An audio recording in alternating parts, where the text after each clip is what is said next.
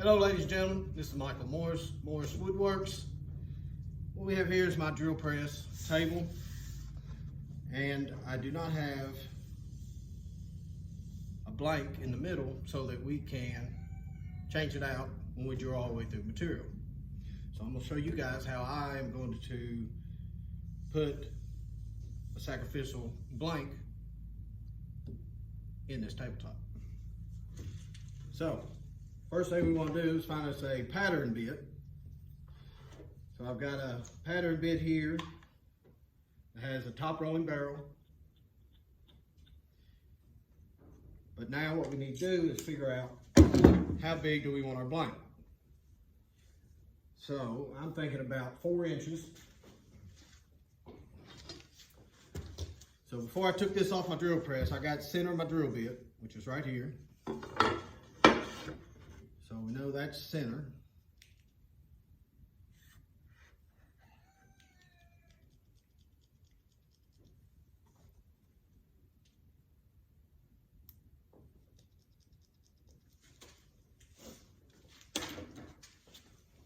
Get a pencil that works. All right. So we'll draw us 2 lines for center. Now we'll take our tape measure and we'll go off that center line 2 inches in each direction.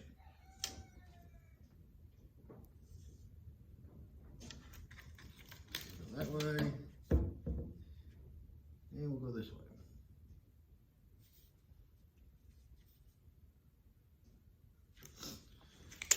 That should give us enough space to use bigger Forstner bits if we go all the way through. What we want to do is connect these lines so we'll have a good reference point on our 4-inch block.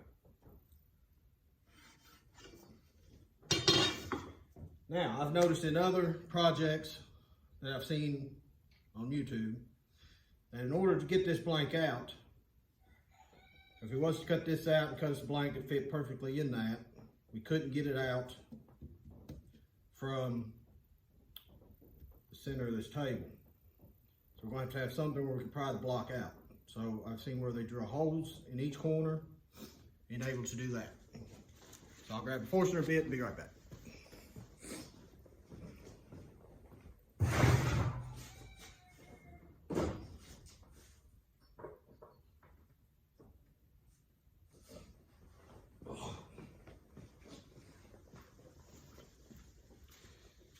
So I chose a 1/2 inch Forstner bit.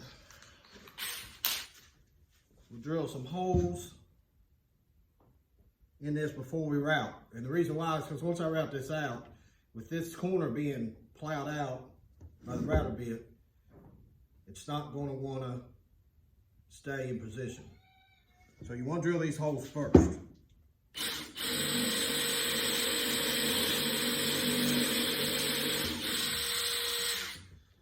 We go through the first layer of this 3/4 because I think I want to put 3/4 plywood in here. Makes everything nice and flat. Won't have to do no milling of hardwood or anything of that nature.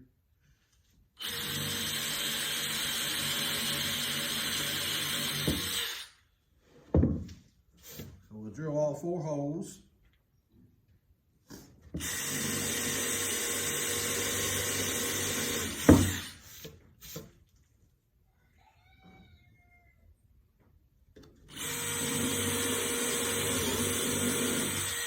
Another reason for these holes is that when you do a pattern bit, and I'll go around this area, it tends to want to leave rounded edges.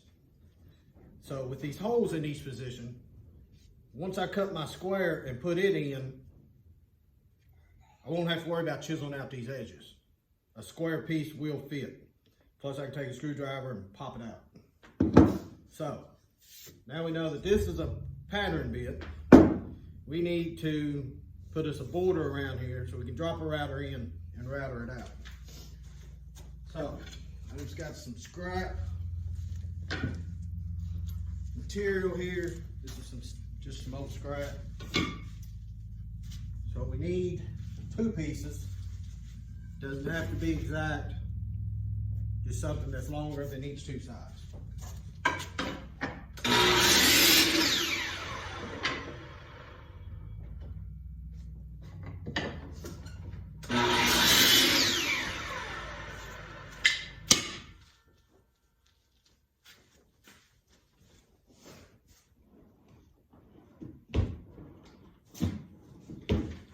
Now, I just recently bought some double stick tape. So we're going to see how this works. Normally I would shoot it in with a pin nailer. That seems to hold pretty good, but I really don't want holes in my tabletop. So we are going to use this double stick tape and see how that works. I think I'm going to use some scissors on this instead of a razor blade, maybe get a better result.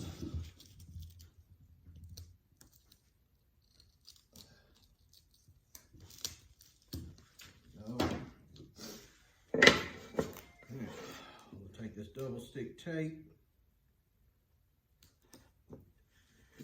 put it on our block, peel this back off, pick a straight edge, this other side's a little crooked.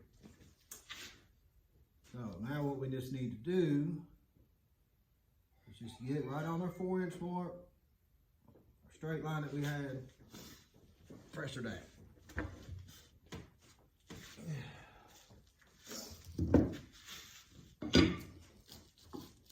Another piece of tape.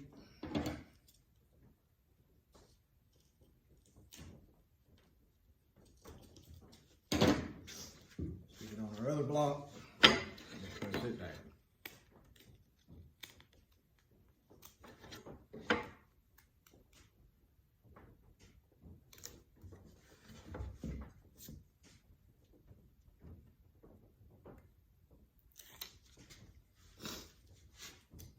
Put it on the other line.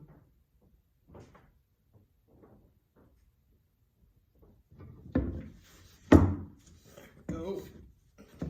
Okay, now these two blocks need to be cut in between these two. So we'll take and mark it. Get it cut.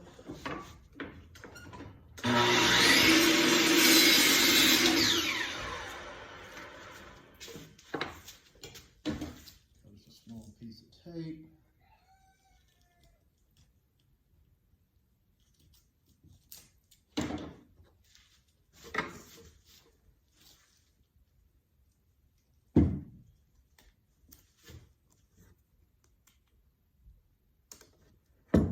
If you're wondering what kind of double-faced tape I'm using, this is made by LLPT tape. Got it off Amazon. It's for woodworkers. It's sticks really well. When you take it off, it's not supposed to leave any residue. So like I say, this is the first time I've used some double-faced tape. So we're going to see how well it works. Hopefully we come out with some good results. Okay, now we need to take another block. Mark it down here. When you mark these blocks, make sure you come to the top of this. If you're down a little bit, you're going to have a gap at the bottom and you're not going to get a true mark. So you want to keep this to the top of your piece in order to get a true measurement from both sides.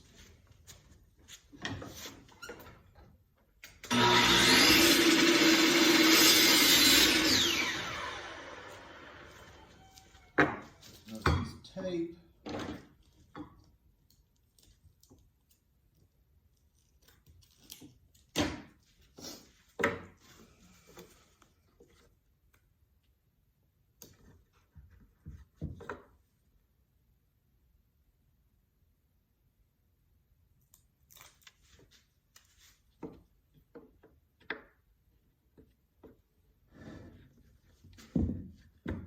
Nice, good, tight fit. probably don't have to be too exact on this, just as long as you stay on your lines. You can have a little bit of gap in between if you're not really good at cutting, or if you're like, oh, this is too much trying to cut. Or if you really want to do it in a way that you're perfectly square, you cut you a 4x4 block. Make sure that it's centered around, and then put your blocks around your 4x4 block. Then that way you know that you're square, parallel, and all that. A little over 4, a little over 4, 4, 4. So we're pretty good on that. Okay. Now let's see how far this thing cuts down, and it's not going to cut down far enough. So we'll have to make our bit.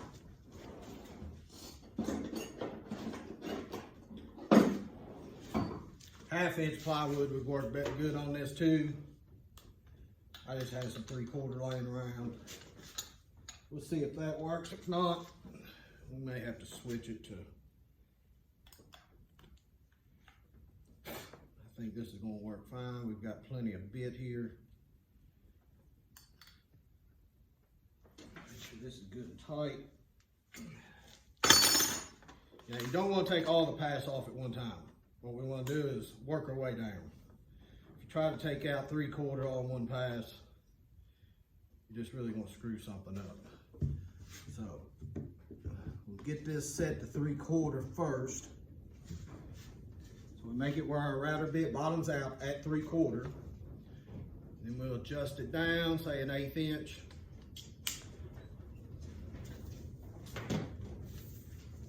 And we'll just take out a little bit of material at a time.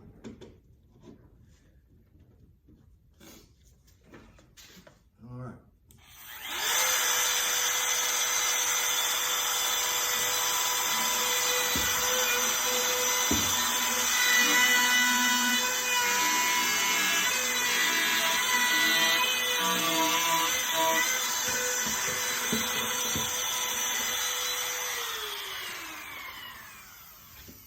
Now this is definitely a good time if you had a wider base.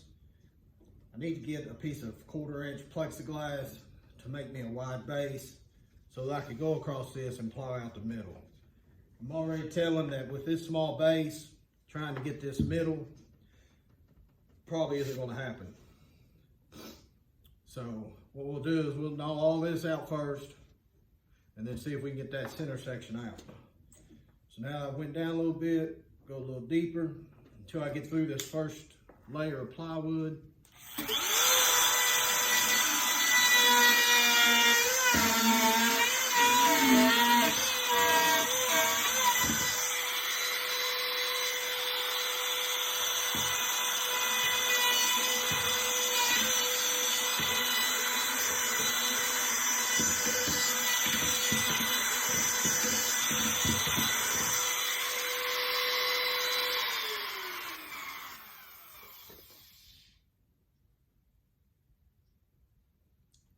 Deeper.